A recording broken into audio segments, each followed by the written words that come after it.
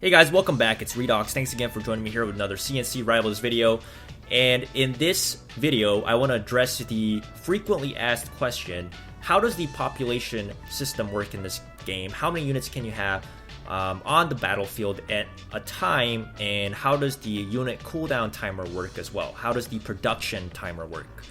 And to put it simply, there's actually no limit as to how many units you can build, but in most of your games, the highest you'll ever have on the battlefield, the highest number of troops you'll have on the battlefield at a time will probably be at about 5. You may get to 6, and you'll probably never get to 7.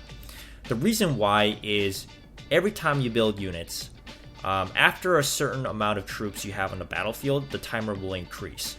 And you'll see this when I show you in game, in a live game here. You'll see on the left hand corner the box colors change as the more units you build, and as the color goes from blue to yellow to red, that indicates the amount of troops you have on the map. But not only that, also it indicates the timer as well. The timer will go up from blue to yellow to red.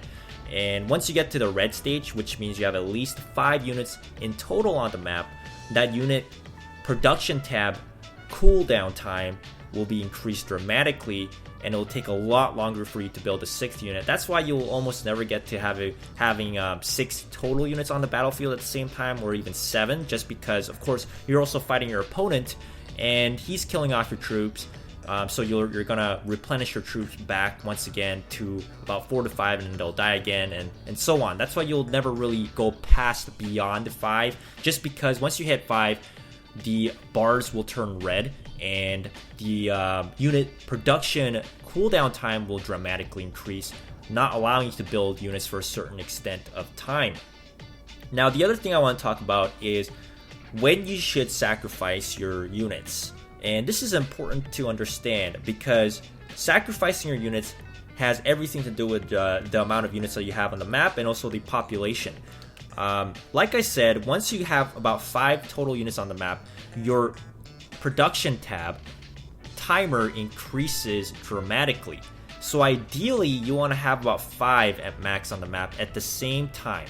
5 units that are standing alive, which means if you have weakened units on the map, or if you have units that can't counter the new units that your opponent pumped out, just kill them off. Send them across the map, let them die, so you can quickly pump out a unit that can effectively counter them.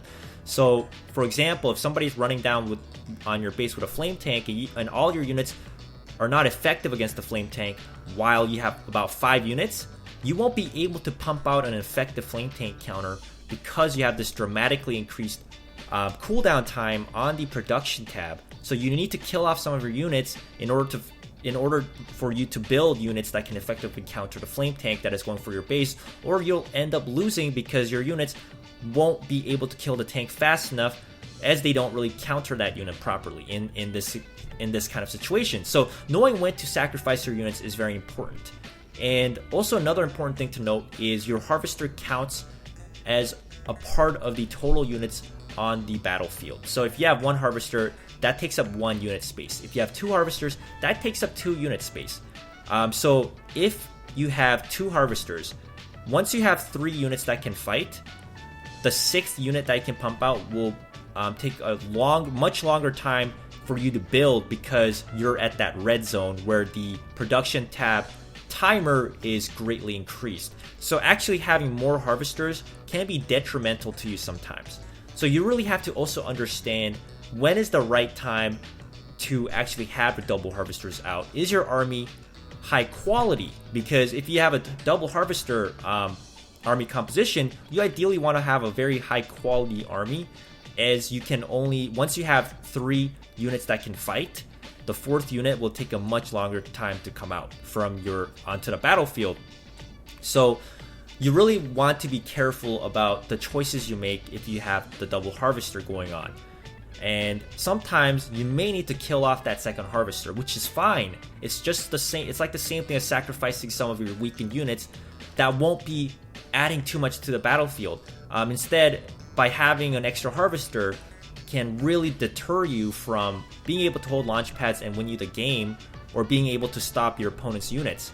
So sometimes the double harvester, or even having just a single harvester, can be a disadvantage to you, and killing both of those harvesters or just one of those harvesters will allow you to build more units and possibly aid you in the final capture on the launch pads. So let's go ahead and play one battle. I'm going to try to demonstrate this as best as I can, and I'm going to go for a double harvester build here. I don't normally go for a double harvester. I'm not a fan of it, but just because I want to demonstrate the population and how it works. As you guys see, you see one blue box down on the left hand corner, which indicates I have one unit on the map.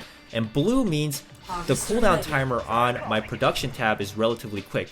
And if you have 2 units, it's still blue. Once you build a 3rd unit, the boxes will go yellow. And you'll notice that the cooldown timer on your unit production tab will increase slightly. So we're going to go ahead, build a barrack, and stop these missile squads here. Now you see that it goes to yellow, and that cooldown timer is a lot longer. But the drones, for example, which is a commander power, does not count towards the unit production tab. As you guys see on the map here, I'm going to move that harvester to the bottom now. And my drone is doing an excellent job at healing up my dude here.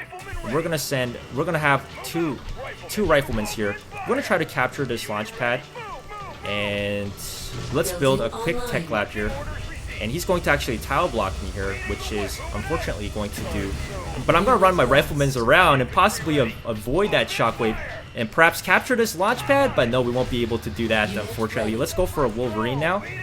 And he will actually most likely get the first launch pad here, which is fine. Let's go for a shockwave as well. Help our Wolverine out here, take out some of these infantry units. And we're going to go ahead and build another Wolverine, as he has massed infantry here out on the battlefield. But now you see I have 5 total units on the battlefield. And this can sometimes be a problem for you, as it takes me a lot longer to pump out a 4th unit. So the double harvester strategy may not always be in your favor. That is the thing. So sometimes you need to sacrifice it. You need to sack them off. And he's going for sandstorms now, so Zone Trooper is the perfect, ideal counter here. Let's move our Wolverine to the top again. Get some healing from our healing drone there, while the Zone Trooper should be able to take care of this sandstorm, even though it's at level 8 here. And as you guys see, now I have 6 units on the map. It's taking even longer for me to, of course, build the next unit. We're going to keep the Wolverine here, back out with our Zone Trooper, and we'll drop another drone. And like I said, drones don't count towards the population cap, so you can spawn as much of those as you can if you want to. And like I was saying, there's actually no limit to as how many units you can build, because now I have 1, 2, 3, 4, 5, 6 units on the battlefield, and I can still build a 7th unit. I'm going to move this Titan to down here to the bottom side, and the Zone Trooper to help deal with this sandstorm, of course. Let's move that Wolverine to the right hand side, and I'm going to let my Wolverines die in this case, as I want to spawn some Titans here. Let's go ahead and do that. And he's just going to go for my base instead. I guess he just gave up, but there we go, guys.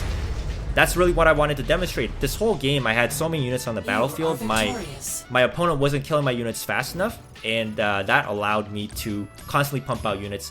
And I think I had mostly 6 to... Did I even get to 7 units there? I wasn't counting there, but I had 6 units without the drone, which you'll not most likely get in a lot of your games, just because if your opponent is proactively countering your units. My opponent wasn't doing the best job at countering me in this game, and that's why he ended up taking a loss here. But yes, as you guys see, those boxes are color-coded. So if you have 2 units on the battlefield, the boxes will still be blue, indicating that the cooldown timer is low.